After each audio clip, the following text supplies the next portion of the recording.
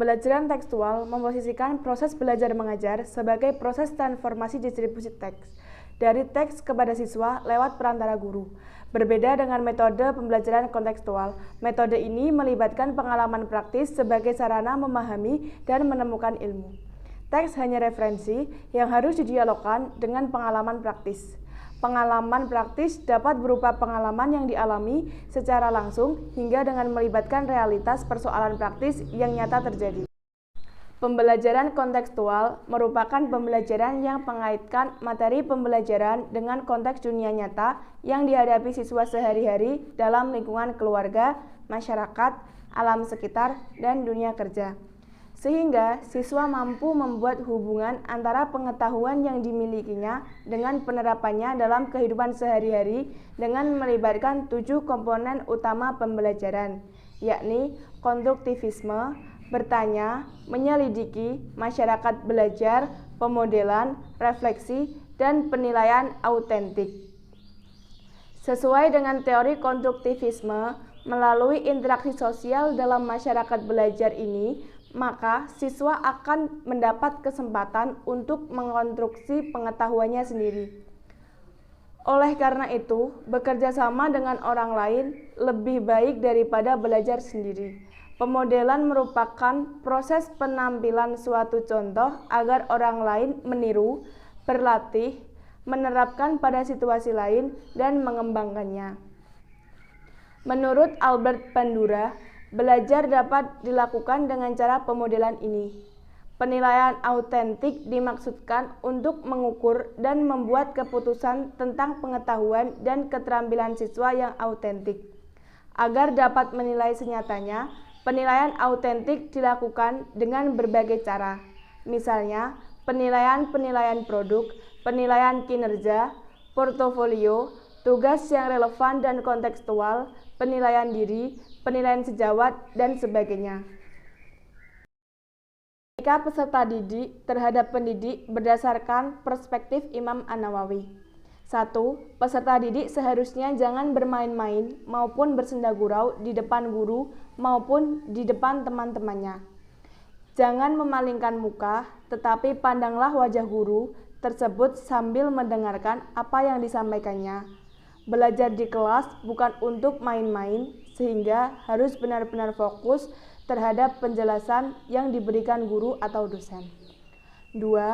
Peserta didik seharusnya jangan mendahulukan memberi penjelasan suatu masalah atau memberi jawaban sebuah pertanyaan sampai ia mengetahui bahwa gurunya mempersilahkannya untuk melakukan itu agar murid yang lain dapat menarik kesimpulan atas penjelasan guru.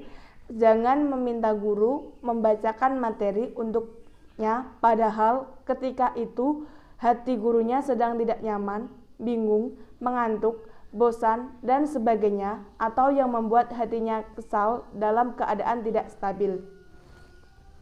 3. Berilah pertanyaan dengan cara yang lemah lembut dan tutur kata yang baik. 4.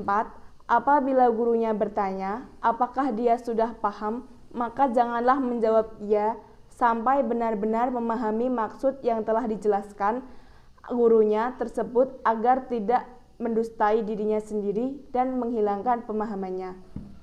Yaitu seorang peserta didik harus meyakini bahwa guru akan mencurahkan segala kemampuannya dan keinginannya yang baik serta kesempurnaan ilmunya dan sifat waraknya dan menjauhi dari sifat kemunafikan dalam menjelaskan sesuatu yang belum dipahaminya.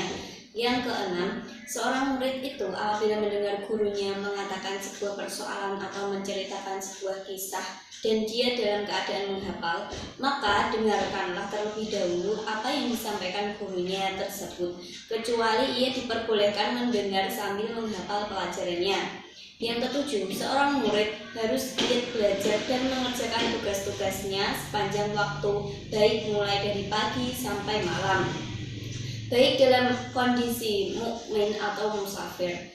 Jangan membuang-buang waktunya sedikitpun dengan hal-hal yang tidak berhubungan dengan ilmu, kecuali untuk kebutuhan hidup seperti makan, tidur, dan lain-lain.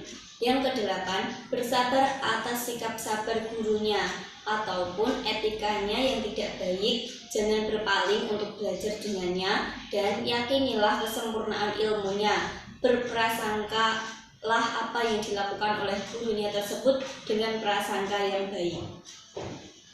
Bersikap santun dan sabar dan bercita-cita tinggi. Janganlah merasa puas dengan ilmu yang sedikit, padahal ia mungkin mendapatkannya lebih banyak lagi. Jangan menunda-nunda pekerjaan, jangan menunda-nunda untuk menghasilkan sesuatu yang lebih baik. Nomor 10, seorang murid itu jika dia sudah masuk ke atas, ke kelas dan melihat gurunya belum datang, maka tunggulah. Janganlah pergi sebelum gurunya membolehkan meninggalkan kelas tersebut, karena lebih baik waktu menunggu gurunya tersebut digunakan untuk membaca, tapi janganlah menyusahkan orang lain dengan meminta orang lain membacakan pelajaran berikutnya. Murid senantiasa mengulang hafalannya. Jangan mulai menghafal dari buku sendiri, namun berikanlah pada gurunya agar ia dapat memperbaiki apa yang dihafalnya. Belajar sendiri merupakan hal yang sangat berbahaya.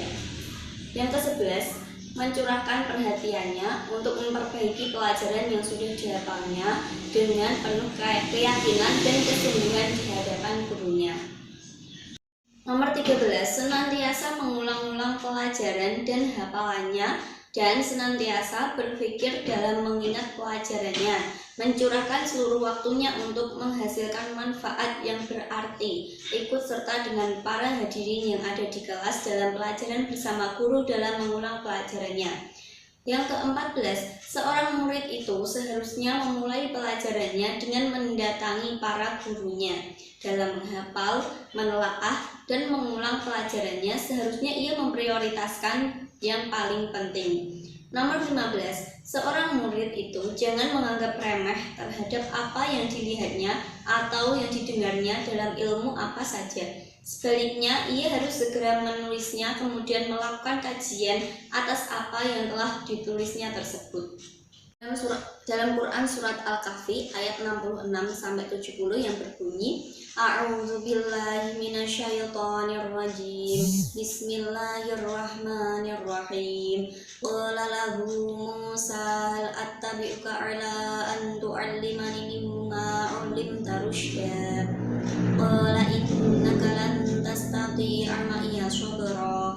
Wa kaifa tasbiru 'ala ma lam tuhit bihi khubra. Qala satajiduni insya'allahu sabiran wa la a'si laka amra. Qala fa in ittaba'tani fala tas'alni 'an syai'in hatta uhditsa laka minhu dzikra.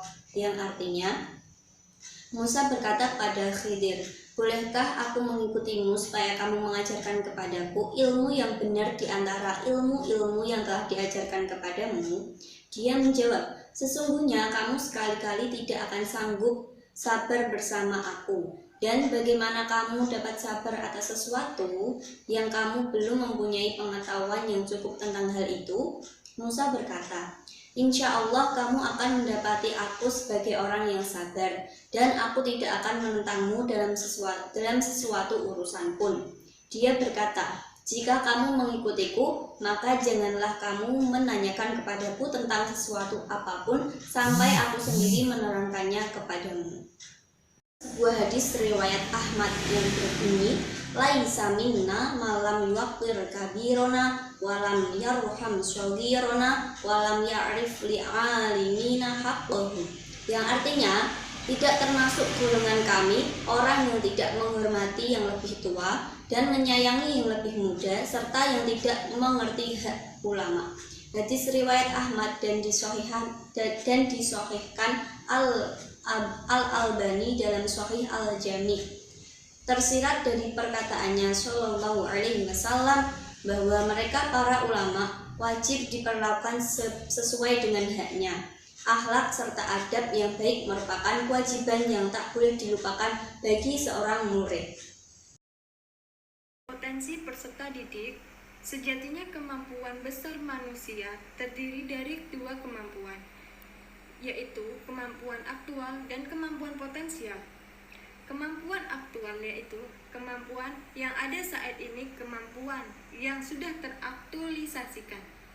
Kemampuan potensial didefinisikan sebagai kemampuan yang belum tergali atau belum teraktualisasikan. Menurut Esan 1994, potensi memiliki arti yang sama dengan fitrah, kemampuan dasar, dan mempunyai kecenderungan untuk dapat berkembang. Potensi peserta didik adalah kapasitas atau kemampuan dan karakteristik atau sifat individu yang berhubungan dengan sumber daya manusia yang memiliki kemungkinan berkembang dan atau menunjang pengembangan potensi lain yang terdapat dalam diri peserta didik. Berdasarkan pengertian di atas, menunjukkan bahwa setiap siswa atau peserta didik memiliki potensi yang dijabarkan melalui kemampuan dan kesanggupan untuk berkembang seperti yang terdapat dalam sebuah hadis Bukhari. Bismillahirrahmanirrahim. Hadatsana Adam, hadatsana Ibnu Abi Di'bi, an Juhri, an Abi Salamah ibnu Abdurrahman, an Abi Hurairah radhiyallahu anhu qala Rasulullah sallallahu alaihi wasallam, kullu maulidi yuladu an fitrati fa abawahu yuhawidanihi aw yunassiranihi aw yumjisanihi kama salli bahimah taju bahimati hal tara fiha ja'a. Telah menceritakan kepada kami Adam, telah menceritakan kepada kami Ibnu Zabi dari An-Zuhri, dari Abu Salamah bin Abdurrahman, dari Abu Hurairah radhiyallahu anhu berkata, Nabi sallallahu alaihi wasallam bersabda, "Tiap anak dilahirkan dalam keadaan fitrah. Kemudian kedua orang tuanya lah yang akan menjadi anak itu menjadi Yahudi, Nasrani, dan atau Majusi. Sebagaimana binatang ternak yang melahirkan binatang ternak yang sempurna. Apakah kalian melihat ada yang cacat padanya?" Potensi peserta didik pada dasarnya masing-masing siswa atau peserta didik akan memiliki potensi yang berbeda dan bermacam-macam, di antaranya adalah potensi fisik, kepribadian, religi, minat dan moral. Potensi fisik merupakan hal-hal yang berkaitan dengan kekuatan, kebugaran fisik, proporsi tumbuh dan berkembang fisik, serta perkembangan dan keterampilan psikomotorik. Kemampuan untuk mengatur emosi, kepemimpinan, interaksi, komunikasi, dan kemampuan adaptasi dengan lingkungan, bertanggung jawab, moral, dan religi merupakan hal-hal yang terkait dalam potensi kepribadian. Sedangkan potensi intelektual adalah hal-hal yang terkait dengan kecerdasan individu, baik kecerdasan umum, akademik, kreativitas, maupun bakat. Peran pendidik atau orang tua dan guru sangat penting dalam upaya mengembangkan potensi peserta didik tersebut. Hal ini dapat dilakukan dengan menciptakan atmosfer pembelajaran yang nyaman yang dapat dinikmati oleh siswa atau peserta didik. Menurut Diknas 2013, kondisi tersebut dapat dilakukan melalui kegiatan pembelajaran yang berpusat pada siswa dalam suatu kegiatan belajar yang berkesan dan menyenangkan, sehingga mempengaruhi upaya penyampaian hasil belajar siswa. Potensi akan tampak, terlihat, teraktualisasikan bila potensi diasah, distimulasi, dan dikembangkan oleh lingkungan sekitarnya. Sebaliknya, potensi tidak akan nampak, terlihat bila tidak asah, distimulasi, dan dikembangkan oleh lingkungan sekitarnya. Hasil penelitian ilmiah menunjukkan bahwa anak yang banyak distimulasi oleh lingkungan terbukti lebih cerdas.